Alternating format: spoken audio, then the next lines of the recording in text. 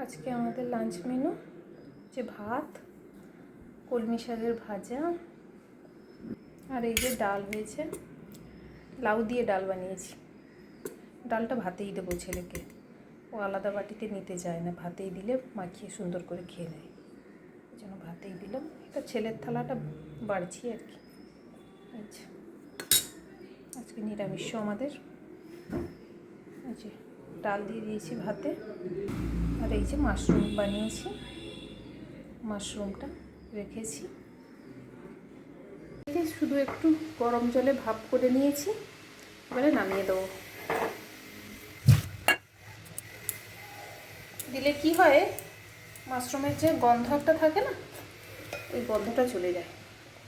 ব্যাস, পেঁয়াজগুলো একটু বড় বড় করে কেটেছি।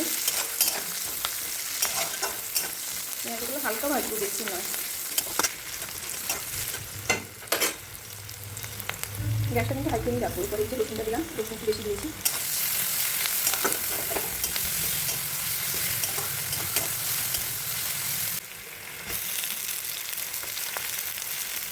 টমেটোগুলো দিয়ে নাড়বো। টমেটোগুলো হালকা, পুরো তো না গললেও চলবে, হালকা একটু নরম হয়ে গেলে মাশরুমটা দিয়ে দেবো। আর যা যা মশলা, একটু লঙ্কা গুঁড়ো, ধনে গুঁড়ো, জিরে গুঁড়ো, হলুদ গুঁড়ো, ওগুলো তো দিতেই হবে। যে মাশরুমগুলো দিয়ে দিয়েছি, এবারে এটা একটু ঢাকিয়ে রান্না হবে। যেহেতু মাশরুমগুলো হালকা ভাপানো আছে, এই জন্য এবারে এটা একটু ঢাকিয়ে টাইম দিয়ে রান্না করতে হবে।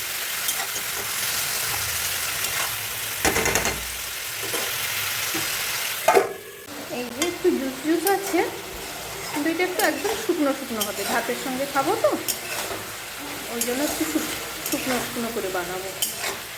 রুটির সঙ্গেও খাওয়া যায় এইরকমটাই, তখন একটু গ্রেভি রাখতে হয়, ওপর থেকে একটু বাটার দিতে, তখন রুটির সঙ্গে খেলে ভালো লাগে। যেহেতু ভাতের সঙ্গে খাবো, এই জন্য কিছু দিচ্ছি না। ধনে পাতা দেওয়া যেতে পারে, কিন্তু আমার কাছে নেই, তাই আমি দিই। আর লাস্টে খাওয়ার জন্য বাড়ির গাছে পাকা আম, এই যে মা দিয়ে গেছিল। গাগুলো এমন দেখতে লাগছে, কারণ গাছ থেকে একদম পেকে পড়েছে তো, এত অসম্ভব মিষ্টি, এত ভালো খেতে, মানে বলার বাইরে। ব্যাস, সেই ছিল আজকে আমাদের লাঞ্চ মেনু।